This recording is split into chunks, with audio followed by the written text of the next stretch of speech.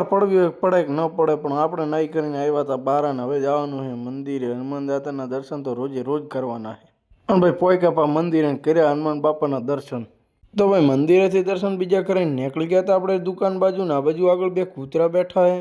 અને આ હવાર પડતા જ હાજરી પૂરી જાય છે અહીંયા આવીને. અહીંયાની મજા આખી અલગ જ હોય છે રોજે રોજ. તો ભાઈ પગ ગયા હતા દુકાને. આ બાજુ દિનેશભાઈએ તો આપણને લીટરમાંથી અડધું દૂધ કાઢીને અડધા લીટરની કોથળી આપીને આ કાકો માવો લઈને રખડે ને ઓલી બાજુ આ બે જણા ફોન જોવે ને એ બાજુ ત્રીજો ફોન જોવે ને આ બાજુ દૂધની ગાડી પડી ને એક લાકડાની ગાડી પડી ગઈ. તો ભાઈ આપણે તો ખતરનાક સ્પીડમાં પકી ગયા હતા રસોડા ને આ બાજુ તો ચા પણ આપણે વિક્રમભાઈ આવીને મૂકી દીધી હતી ને પોતે ચા મૂકીને ક્યાં વયા ગયાનું કાંઈ ખબર નહીં આપણને.